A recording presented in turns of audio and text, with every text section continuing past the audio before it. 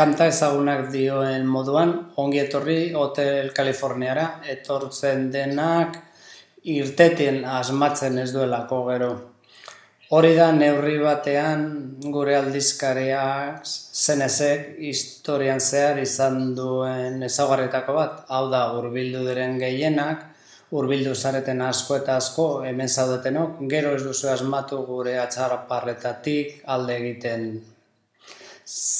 Bestalde zaila da zerbait berririk esatea itzulpen aldizkari baten gainean, ez?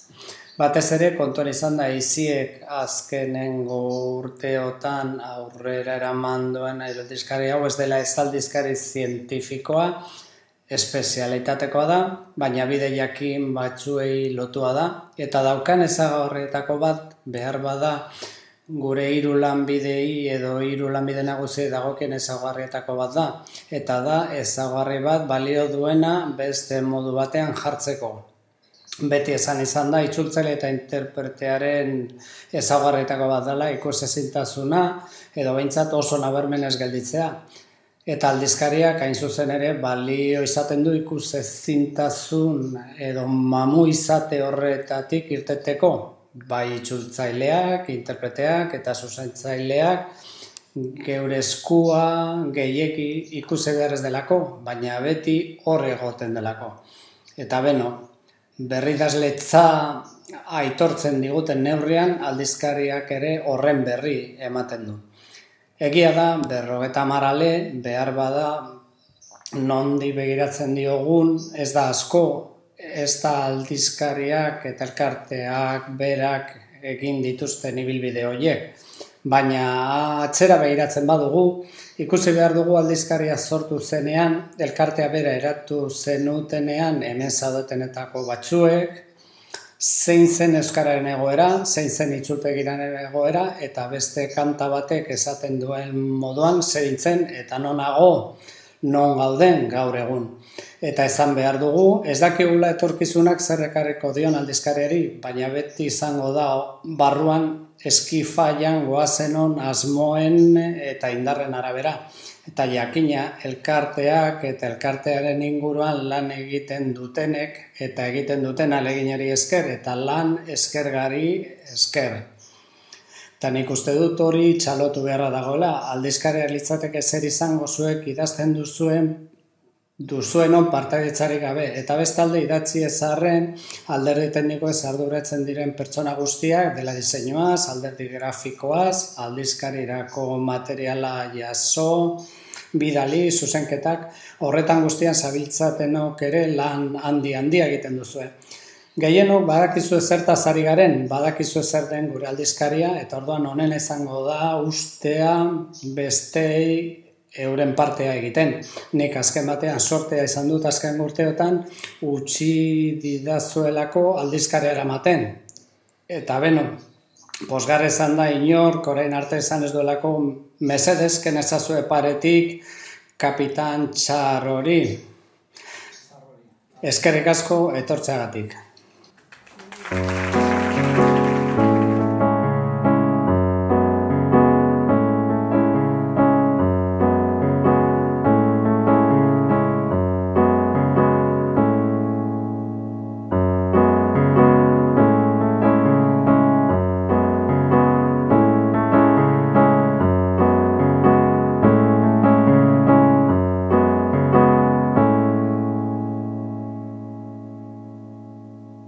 Beira, zenez sortu zen Martuteneko itzultzaile eskolan. Martuteneko itzultzaile eskolak hau sortu zenerako 4 urte edo 4. urtea zeraman, beraz esperientzia pixka bat bilduta zeukan, jakiteko bai bere ikasleak eta bai inguruko itzultzaile ze premia zituzten eta horrela. Eta orduan, hoiei guztiei erantzuteko behar zen nola baiteko edabide bat edo komunikabide bat. Eta hortarako sortu zen zenez. Neri enkargatuko ziaten itzulpenean neukan esperientzia, irakaskuntzan ere esperientziatxo bat neukan, eta argitalpen esperientzia ere bai. Beraz, tokatzen zitzaidan niri. Nik uste dut hori betetzen nahiko ondo hasi zela, ze handik urte batzutara egin zen inkestan, Euskal Itzultzaileen artean egin zen inkesta batean, esaten zuten gehienek beren teorizazio edo referentzia garrantzitsuena zenez zela. Orduan, eginkizun hori aldatuz joan da, Euskal Itzultzaileen egoera aldatuz joan delako, eta zenez ere horrekin batera aldatu da. Beraz, gaur egun ere oraindik aldatzen ari da, gauza asko finkatuta daude, badaukagu mundu akademiko bat itzulpenari buruz diharduena, badaukagu mundu profesional bat itzulpenean diharduena, hoien arteko lotura egiten jarraitu beharko luke zenezek. Eta nik uste dut betetzen duela eginkizun hori, behar bada gehiago pentsatu beharko genuke eginkizun hori benetan zer dan, nola gauzatzen dan. Ze itzulpenaren historian, itzulpenaren teorizazioaren historian garbi ikusten da, teorizazioak etorri diela, itzultzaileek beren problemak eta beren lanbideaz egin dituzten gogoetak bilduta. Orduan, izan beharko luke topaleku hori, eta nik uste dut betetzen duela, baina oraindik gehiago bete dezakeela. Beno, niri galdetu zidaten, erantzuteko eskatu zidaten, ea zenez beharrezkote zen gaur egun eizien. Orduan nire erantzuna da, elkartearen helburuetako bat dela, Euskal Itzultzaile interprete eta zuzentzaileak elkartzea, eta hien artean informazioa trukatzea, eta zenezek hasieratik lan hori bete zuen, eta oraindik ere iruditzen zait lan hori betetzen duela. Gure biltegetako bat dela, ezta? Esperientzia eta hausnarketen berri elkarri emateko tresna, Josuk esan duen bezala, eta oso funtsezkoa dela itzultzaileek itzultzaileentzat sortutako tresna delako. 1984ko lehen zenbakian, sarreran, orduko erredakzio taldeak hauxe idatzi zuen. Aldizkari honek beraz gaitzat hartu dugun alorrean interesa dugun guztion elkargarri izatea du lehendabiziko helburua. Zenez bada guztion elkargarri izateko jaio zen eta hala da eta hala izan da 35 urtez. Adituak eta arituak gogoetan eta eztabaidan elkarrekin jarduteko plaza zabal bat izan da. Hain izan da hala non zenezen plazan sortu baitzen eizie bera. Eta horrek erakusten du nire ustez zeinen ezinbesteko izan dugun eta dugun oraindik gure ibilbidean. Lehen ale hartan, lehen zenbaki hartan, sarrerean, hauxe idatzi zuten sortzaileek. Aldizkaria guztiok egiten dugu. Guzti zirekia da zer esana, zer galdetua edo zer zalantzan jarria daukan ororentzat. Ez da beraz batzuek besteentzat egiten dutena, denok elkarrekin, elkarrentzat egiten duguna baizik. Zenez, esan dugu da, eta berriro errepikatuko dut, guztion elkargune eta biltoki beharrezko eta lehentasunezko bat da, hori da nire erantzuna. Akademiaz kanpoko profesionalen elkarpenak baliosten dituena, gainera, bada gure tresna hau.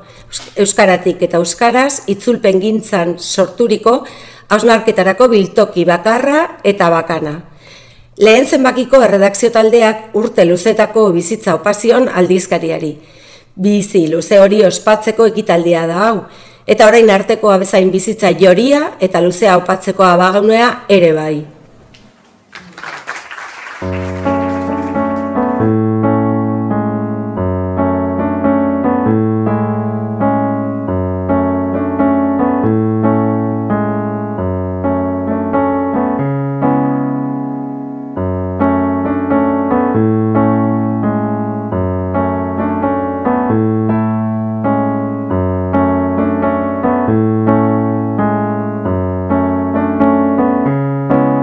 Empiezo a colaborar en Senez en la revista del año 95, era el número 15, hasta entonces era muy igual, siempre era el mismo esquema. Decidieron en Senez hacer un cambio de imagen y tal, y es cuando empiezo yo. El año número 16, 1995. Llevamos desde entonces dibujados 35 números, teniendo en cuenta que han salido números especiales y tal. Mi método de trabajo suele ser portada en color, entre 12 y 15 dibujos intercalados entre los diferentes artículos. Suelo trabajar en blanco y negro por condicionantes de la revista, que es en negro sobre blanco el texto, es una pena que no salga en color, pero bueno. Y tengo total libertad en la revista, con lo cual el placer es sumo, ¿no? Suelo trabajar en series, les pongo un título, eso ya me da una idea, me condiciona, y suelo comparar que es un trabajo como un toldero en la playa, porque trabajo con líneas, con colores, zona de luz, zona de sombra. Mi número favorito no sabría decir. Hombre, hay uno que destaca, que no es propiamente el de la serie, que es el Senes Grafikoa del año, cuando se celebró el 20 aniversario, que era un Senes especial formato libro, con textos muy bonitos, por cierto, de Ángel Lertxundi, en las prosas de Berbelitz. Y bueno, y el último, que es el que está por salir, que es, bueno, El placer está más reciente, ¿no? Son 16 dibujos de gente un poco marginal de París, que es donde andaba yo en ese momento, con mi pedrada, y bueno, el otro día casualmente me apareció una música, es decir, que estos dibujos les pongo esta banda musical, que sería el conjunto, es un conjunto francés, HK, y hasta unas pequeñas notas igual de los 400 golpes de Truffaut. Arratsaldeon. Bueno, neri gai jartzaileak gai hau jarri dit, neri Senezek zer ematen didan edo zer eman izan didan. Eta nik uste dut ezer baino lehen Senezek eman zidala ikasle nintzen garaian Euskal Itzulpengintzara hurbiltzeko modu bat edo bide bat. Nik aldizkariaren berri izan nuen, orduan Gasteizen itzulpengintzako ikasketak egiten ari nintzen garai hartan, eta esango nuke orduan aldizkaria guretzat izan zela erreferentzia bat, ze inon izatekotan bertan aurki genitzakeen Euskal Itzulpengintzari buruzko azterketak edo gogoeta gaiak gero gure lanetan iturri edo abiapuntu modura erabili genitzakenak. Gerora iritsi dira azterketa sakonagoak, gradu eta mastera mailerako lanak, eta azken hamarkadan baita ere tesi mardularia Euskal Itzulpengintzaren inguruan, eta ausartuko nintzateke esaten lan sakonagoietan aztertzen diren gaietako askoren aurrekariak Senezeko artikuluetan aurkitu daitezkela. Gainera, aldizkariak lan akademikoiei txoko bat ere egiten die, eta badago aukera azterketa horiek unibertsitate mundutik atera eta interesa izan dezakeen jendearen gana iristeko Senezen bitartez, eta nik hori pertsonalki bintzat asko eskertu dudan zerbait da. Eta gero beste alde batetik, gaur egun ikusten dut baita ere aldizkaria beste ertz batetik, ze Izieko argitalpenen alorburua naizen aldetik, gertutik ikusten dut erredakzio taldeak urte guztian egiten duen lan hori, artikuluak proposatzen, aukeratzen, bildu, zuzendu, lan guzti hori egiten, eta gero baita ere maketa kontuak, diseinu kontuak, eta benetan nik uste dut poztekoa dela hainbeste jenderen eskuak eta begiak hor lanean aritzea, urtez urte Senez zenbaki berri bat guk etxean jasotzeko. Eta bukatzeko esango nuke, orain dela aste bete jaso dugu etxean Senez, eta jarraitzen dut pentsatzen, lehen ere pentsatu izan dudana, aldizkariak asmatzen duela, benetan unean Euskal Itzulpengintzak edo gure jardun honetan gertatzen ari denaren berri ematen neurri batean behintzat. Eta hori oso eskertzekoa da. Eta baita ere profesionaloi eskaintzen digula leku bat, Itziarrek esaten zuen bezala, ez da, gure esparru hortan dauzkagun gogoeta edo hausnarketak edo, guk geuk besteekin partekatu ahal izateko.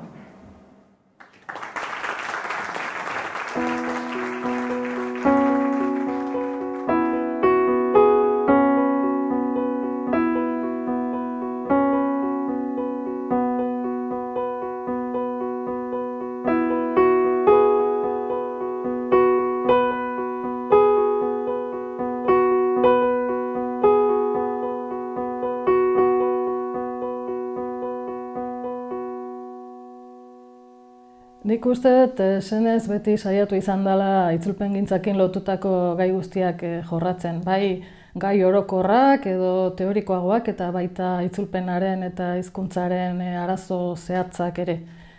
1984ko aldizkariari begiratu bat eman diot, eta ikusi dut bertan jasota daudela administrazio itzulpengintza, literatur itzulpengintza, nazioarteko batzarrak eta jardunaldiak, baita ere artikulu pare bat daude Martuteneko itzultzaile eskola hartaz, hain txusen ere aldizkariaren sorgune izan zen eskola hartaz. Gero, badia beste gai batzuk interpretazioa eta komunikabidetako itzulpengintza eta horiek ere hasiera xamarretik landu izan dira. Eta ikustezakegu, ibilaldi kronologiko bat inda, senezen zehar ikustezakegu, hor daukagula Euskal Itzulpengintzaren historia eta Eizi elkartearen historia jasota. Bertan azaltzen da elkarte bat sortzeko premia ikusi zutela, Eizien nola sortu zen, eta gero datoz, jasota Eiziek izan dituen proiektu garrantzitsu guztiak, esaterako Eiziek antolatutako ikastaroak, literatur unibertsala itzultzeko proiektua. Gero, 21. mendea arrimatzen aizala, teknologia berriekin lotutako gaiak sartu zian bertan, eta baita ere, Euskal Herriko Unibertsitatean sortu zian itzulpengintza eta interpretazioko ikasketa buruzkoa. Eta azken urte horietan, azaldu izan duia, ikasketa horiek egin dituzten ikasleen doktoretza tesiekin lotutako gaiak, gai nolabait teknikoagoak. Beraz, esan dezakegu, zenez Eizieren historiaren ispilua dela. Gabon denoi. Nire zenezekiko harremana izan zen, itzultzaile eskolan ikasleen izanean, gazte eta berde, eta artikulu batzuk idatzen ditu. Bakarren bat, tripetatik, ordungo euskararen ingurunearekin oso konforme enengoelako. Gero Eizia sortu zen, eta etxaue generalaeko eskaratzeko eskailerazpiko geratxo batian, gure Lourdes Azmendi baitagarria egon zen, bola batian idazkari lanetan. Eta geroxeago etorri zen, Hernaniko neskarazte bat, Arantzazu Roi izenekoa denok izatzen dezuena. Eta, gero jonginean kursala aurrera, eta kursala aurrera jonginean, Arantzazu eskatu ditzaion, zenez maketatzia. Eta nik, maketazio klase batzuk manizkion. Jarri nion makintos bat, programa guztik ondo pirateatuta eta letratipuak eta bat. Eta Arantzazu ditu zenez, hainbat urtetan barrua. Gero eskatu izan berritzia, monolitiko hura. Josu Zabaletak raiten ditezun da Makintosian aspaldi batian doktoregua jartzia. Orduan Juan Azpitia egarrizun, Arantzazuk, eta oso harreman hura izan gendu Juanekin, da hola. Nik izan nuen azalda Juanekin, da eskanarrak, eta hola. Eta, gero Arantzazuri lan gehiagi zeukalako eskatu zian maletazian. Eta, nik maletatzet. Ne karpena, nik ustez, hemen gotzon ez dago, gotzonegia. Baina, uniko bere arazuan urri batian, konponduz letrotipo profesionalakin daula, txinera, japoniera, rusiera, Europako ekialdeko hizkuntzetako testuak ondo ematia izan dela. Diseinu orokorra, Arantzazutan Juan egin zuten, bere garatean. Nik ikutu batzuk manizkiot, beste gabe. Baina hoen, esan beharrakatena da, zenez, eremua zabaldu da bezala, eta kanpoko hizkuntzak eta etorria bezala, eta akademizatu da neurrian da bar, globalizazioaren historiarekin, momentu honetan daukagula neska talde bat oso ona, erregazio talde bat, sekula izan ez dugun bezalakoa, katia ondo emateko. Maketatzailea argitalpen kateko azken tximinua da. Eta behar, maketatzen duenean, oker guztiek, inkoherentzi guztiek, danak biztan agertzen da. Eta gero, kriston matrakatzetik. Hoi, konpontzen ari gara. Eta eskerbezian partetik, alde hortatik, Amaia Apalautzari, kriston jorratu ematen diolako testuei nire gana eritxera niolen hori kriston plazerra izan da. Plazer bat izan da Juan Azpeitiarekin urtetan lan egitea. Konpontzea ezin hobeto. Eta bestalde esan behar deu, ez da egiten da hon, Pello, itxaropenakua, unzurun zara, izan dela gure argitaratzailea azken, urte guzti horietan. Orduan, hoi da, magitazioa beste aspergarria.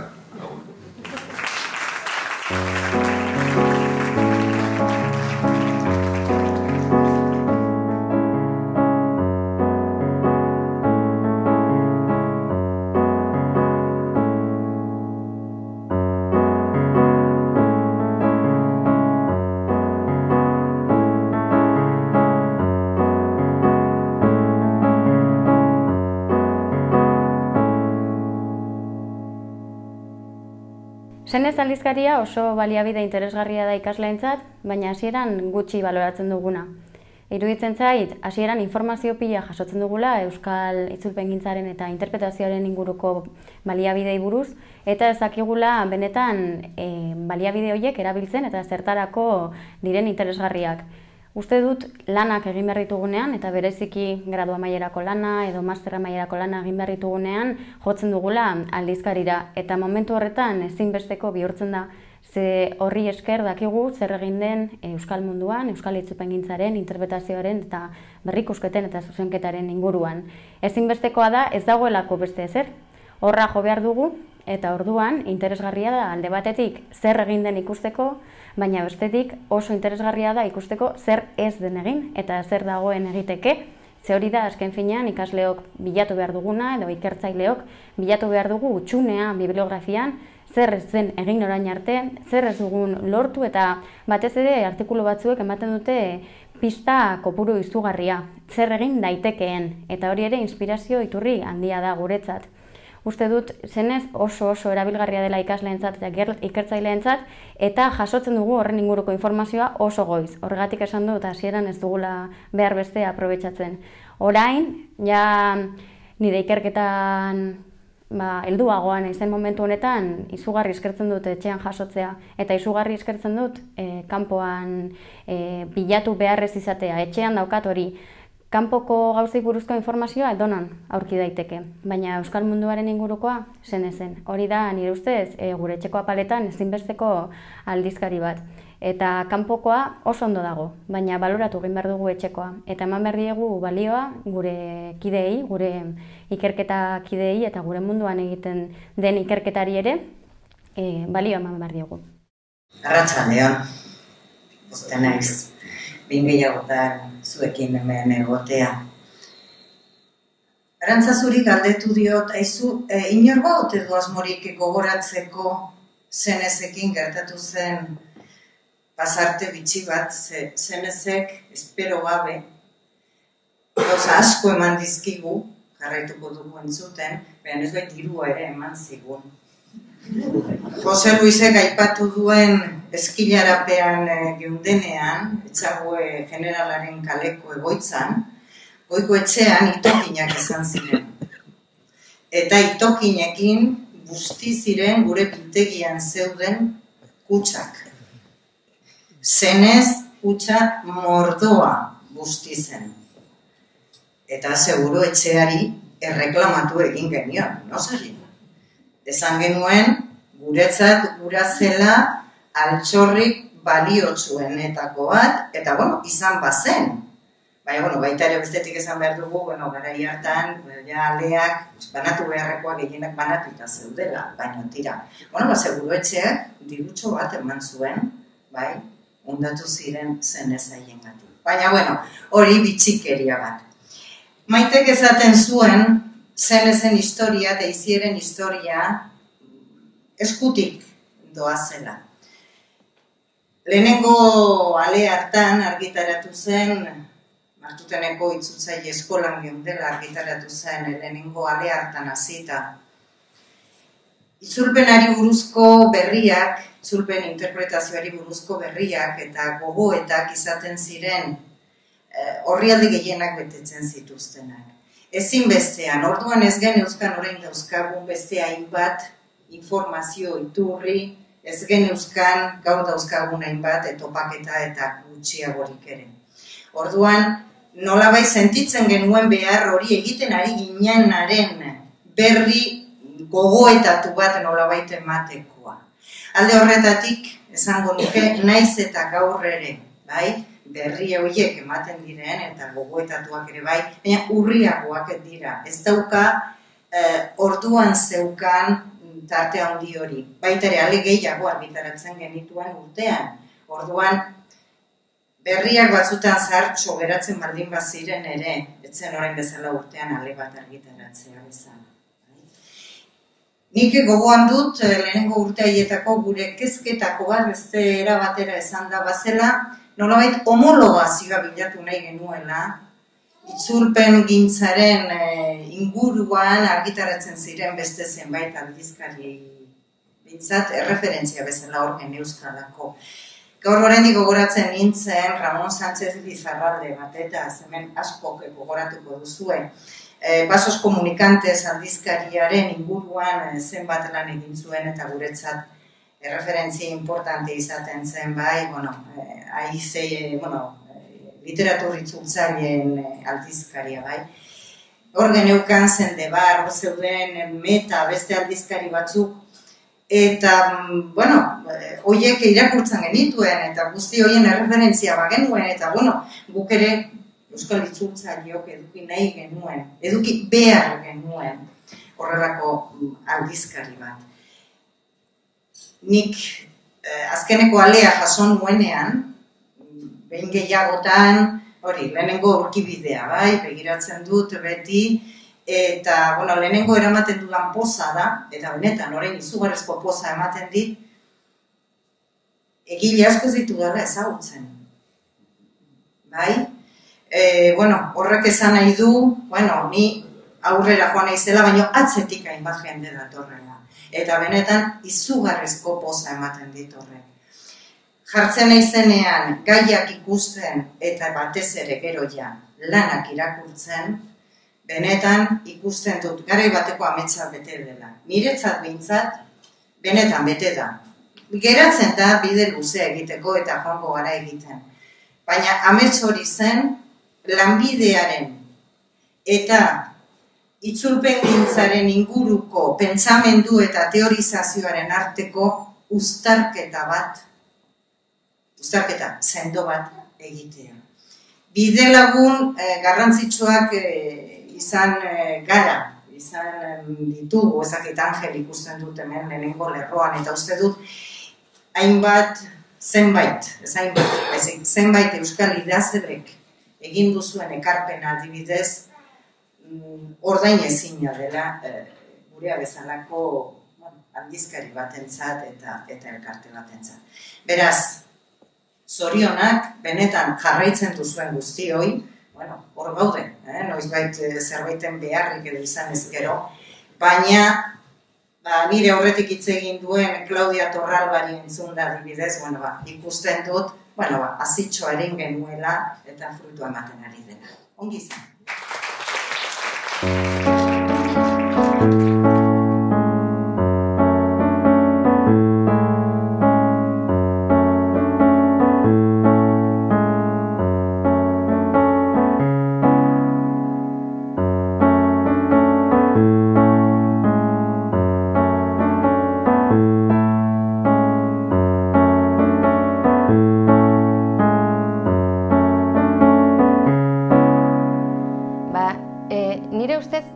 Senez da, euskal itzultzaileen artean dauden joera eta korronte nagusien ispilu moduko bat. Eta teknologietara etorrita, iruditzen zait oso argi ikusten direla bi gauza. Batetik, senez sortu zenetik gaur egun arte nola joan den aldatzen itzultzaileen jarduna, eta nola joan diren teknologiak pixkanaka lekua hartzen esparru horretan, baina bestetik baita ere, hasieratik euskal itzultzaileen artean egon dela nolabaiteko interes bat gaiarekiko, ezta? Adibidez, badirudi, itzulpen automatikoa oso gai berria dela, eta iruditzen zaigu oraintsu sortu den zerbait dela, eta bar. Baina, senezen lehenengo alera jotzen badugu, ikusten da, 1984an, sarrerako artikuluan aipatzen dela, nola egunen batean behar bada planteatu beharko den, itzulpen automatikoa erabilgarria izan daitekeela esparru batzuetan. Eta horrez gain, iruditzen zait aldizkariak oso ondo asmatzen duela askotariko lanak biltzen, eta hala hainbat alor pixka bat uztartzen, ezta? Batetik, itzultzaileen jardunaren inguruko lanak eta badaude, baina bestetik ikerketaren ikuspegitik ere badaude artikulu batzuk. Eta orduan, berriro ere teknologietara etorrita, esate baterako euskararako lehen itzultzaile automatikoa sortu zenean, matxin, Senezen eman zen horren berri, eta oraintsu ja 2017an ere badago atal berezi oso bat euskararen prozesamendu konputazionalaren ingurukoa, eta uste dut aldizkaria alderdi horretatik ere oso elkargune interesgarria dela. Arrastio guztioi. Entzun dugu zenez badala itzultzaileentzat egindako aldizkari bat, eta esan dute baita ere Euskal Itzulpenitzaren historia jasotzen duela. Eta niri galdera hola sortu ziren, eta gurea ezuralagizko itzultzaile zuzentzaile eta interpreteen historia ere jasotzean du, zenezek. Eta neurri batean esango nuke baietz. Behiratzen badiogu lehen urteko laugarren ere uste dut izan zela, 96koa, handia bazegoen artikulu bat zela Euskal Itzultzailearen egoera eta iritziak. Eta hori zen inkesta baten emaitza. Galdetu zitzaigun, lanean jarduten genuen hori, nor ginen, ze baldintzetan ari ginen, ze kezka genituen, ze behar genituen, eta hori dena argitaratu zen eta horren berri eman zen.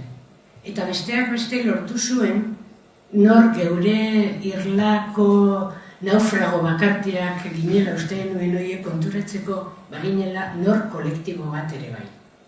Aldizkariak urteak aurrera joan ala, fokoa jarri du zenbait langintzetan, interpretazioan, zuzentzaileen lanean, administrazioko itzultzaile eta justiziako itzultzaileengan, eta hori ikusi dugu ez bakarrik langintza horiek ezaugarriak zentu ziren, baizik eta hor ziharduen jendearen nortzuk ziren azteko, eta ze baldintzetan ze kezka zituzten ikusteko.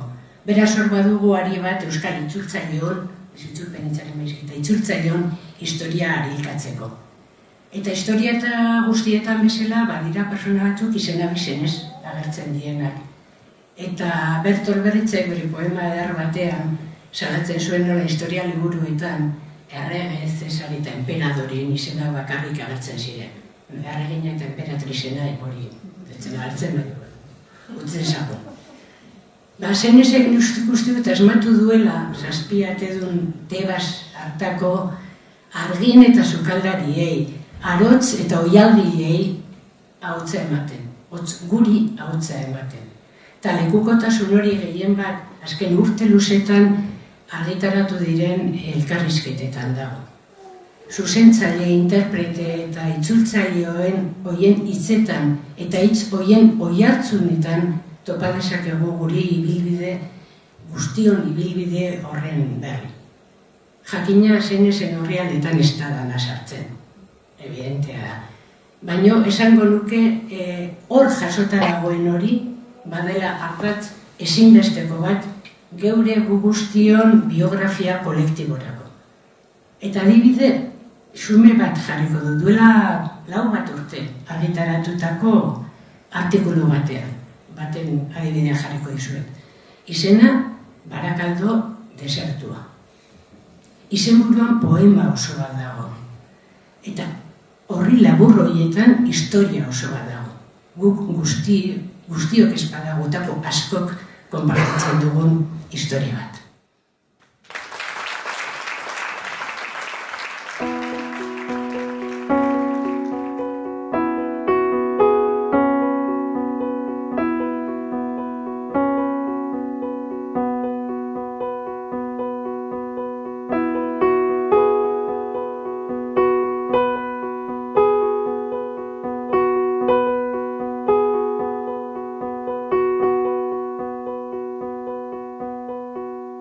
Zenez rara abiz bat da itzulpenari buruzko aldizkarien munduan. Helburu akademikoa dauka, osan daiteke helburu akademikoa duela, itzulpenari buruzko gogoeta eta ikerketa edo oinarri teoriko bat lantzen duelako, eta bereziki lantzen du gainera itzultzaileentzat. Eta nik uste dut hori dela bere meriturik handienetako bat.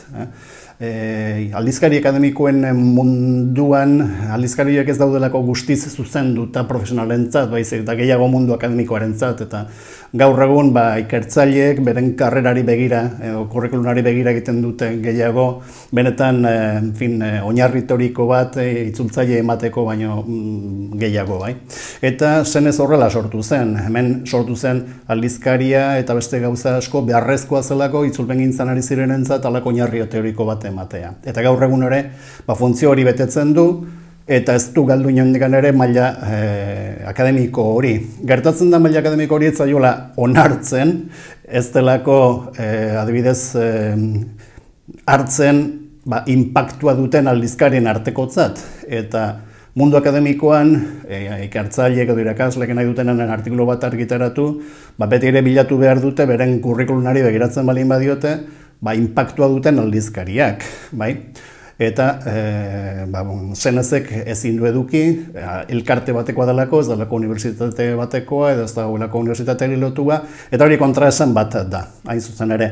Baina alata guztiz ere jarraitzen dugu, edo argitaratzen gogoeta teorikoak, eta eranotako gauzak zenezen, edo inork ez du zalantzarik izaten, artikulu bat egiten duenean norbaitek, edo ikasle batek gradukarako lan bat egiten duenean, ona baldin bada zenezen argitaratzen dugu, zalantzarik gabe. Naiz eta horrek gero guretzat, irakasleontzat, ikerlarentzat ez balio izan gure karrerak akademiko hori begiratuta.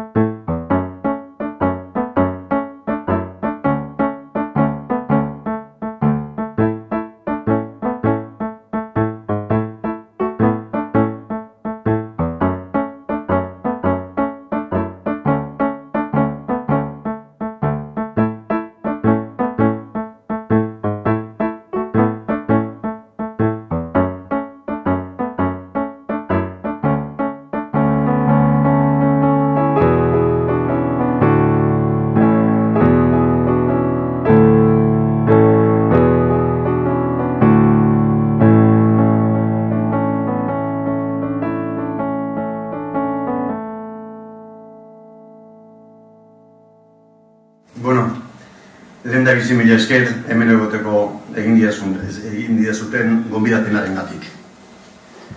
uste nuen galderen paren bat ere ingo zizkidatela, eta orduan erantzun inber nuela. Eta orduan, erabat espontaneagoa izango da, orain esango ditudanak, eta trabatuko naiz, eta hori guztia.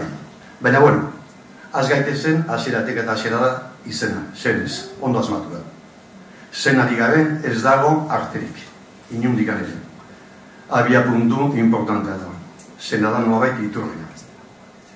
Eta gero berroita marraldi izan diabidea, eta noski horrek ekarri du jakituria. Pilatzen joan da jakituria itzulpegintzari buruz. Eta orduan gure klasikoek, orain dela 100 urteko edo 200 urteko klasikoa izango zuten bezala, asmoz eta jakitez bezala, zenez eta jakitez osatzen joan da aldizkaria. Eta hain klasikoak ez izateko nahi bali mezue, baina zagoa, urbilago herritik, zenez eta eskarmentu. Eskarmentu ere behar da, 50 marralde horiek egiteko. Erabile duzuen marrazkian, dago mataza bat eta daude ertz asko. Egokitu zait, lan baten egiten jardun dut azken 10 hilabeteetan itzulpenarekin zer ikusia zuena, eta inoiz imaginatuko ez nituen ertzak bilatu ditut eta jardu behar izan dut haien inguruan. Baina da, ala horren intuizioa noen lehentikan, zenez aldizkariari esker besteak beste. Zenez zer da idazle batentzat edo niretzat zer da. Eta egingo du beste galdera bat. Idazle bat nola jarduten du bere idazketan ez baldin bada hizkera landuz. Eta ez baldin bada bere baliabide literario guztiak landuz. Eta nun daukagu guk idazleok material esango nuke bakarra idatzia horretaz jarduteko eta ez baldin bada zenezen. Zenez, niretzat ezinbestekoa da, zenezen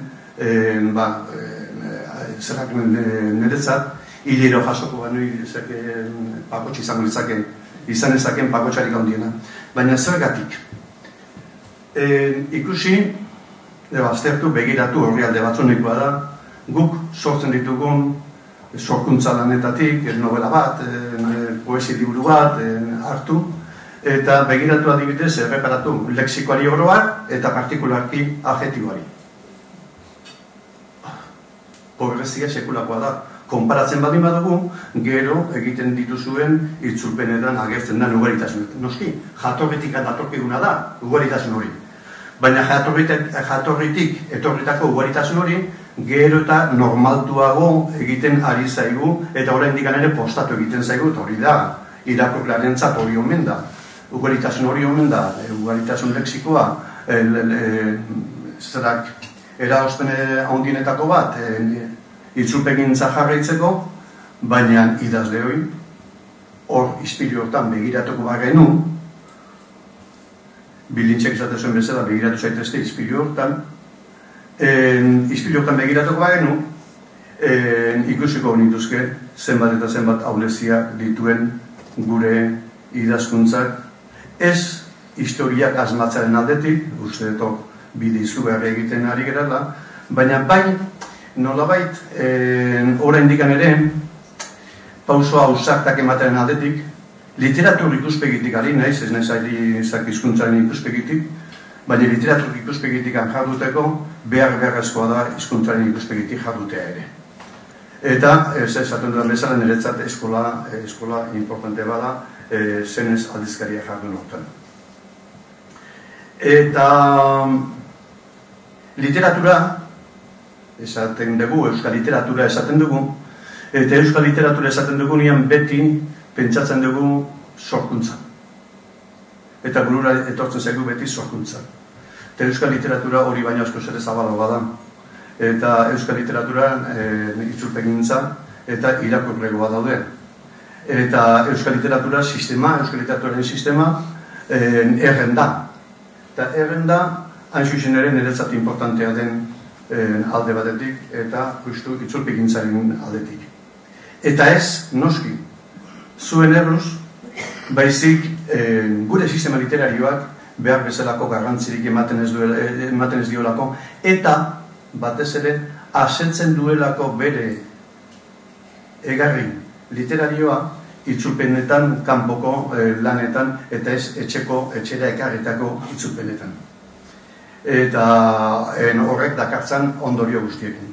Uste dut, lehen aitatu duzue, Ramon Sánchez Lizarralderen Basos Komunikantesen aldizkaria, eta berak asko hitz egiten zuen Basos Komunikantez hortan,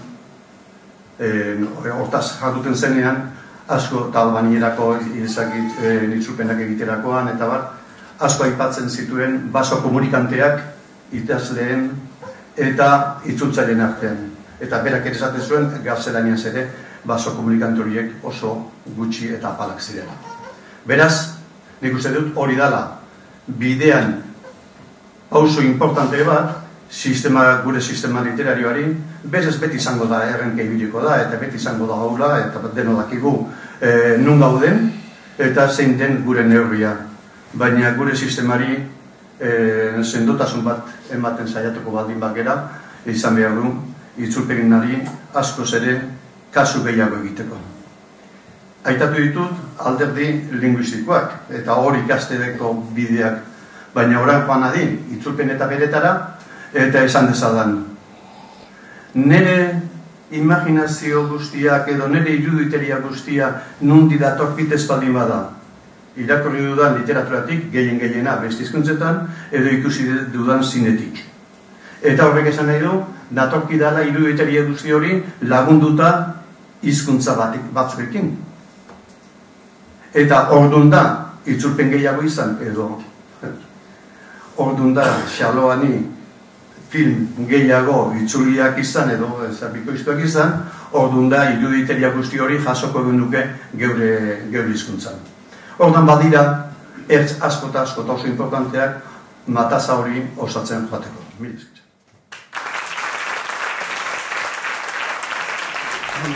Zan beharreko gehienak esan daude, behar bada galderatxo bati erantzun behar geniok ere bai, eta hori niri tokatzen zait, erantzunan ere esku espadago ere. Eta esan nahi dut, ze izango da, edo ze izan daiteke zenez, etorkizunean. Nolako zenez egongo da.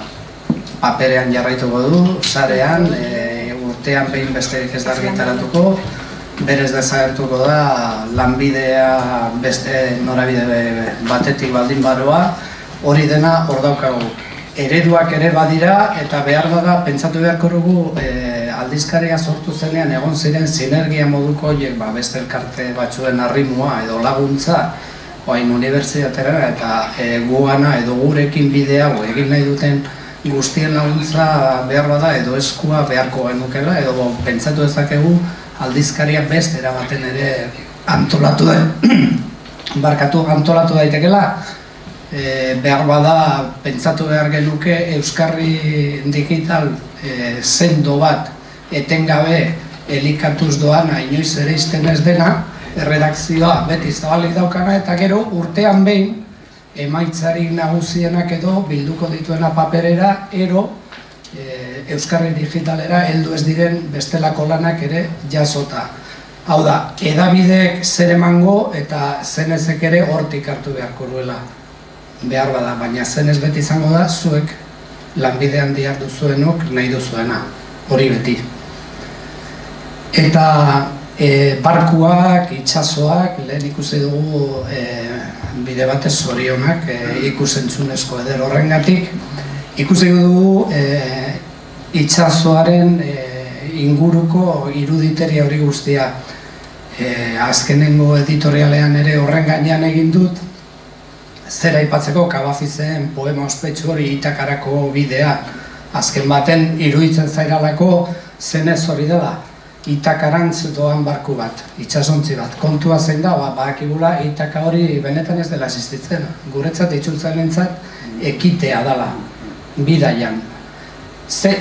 Baina zein da kontua, oso bidaia luzea dela eta elikagaiak hornia amaitzen zaigunean arrantzan egin beharko dugula. Eta hoiz izaten da gure arazorik handiena.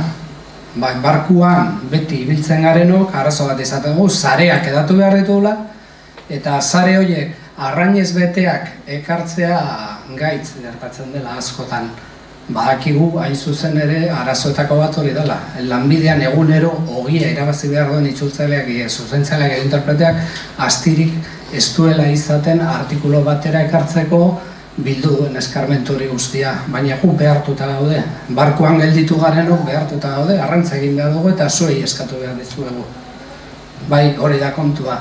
Eta bueno, pentsatzen dut neurri baten hau dana amaitzeko biderik onena izango dugula musikariak entzutea, eta gainera oso kontu polita daukagu honen inguruan zen nahi gabe alfabeto bat oparitu digute, ze baukagu atze pianoan itzultzaile ikusezinak, hemen guztiak, eta jota, Jordana, otsoa, biolinean, eta besterik gabe, az daitezela, eta eskerrik asko denoi.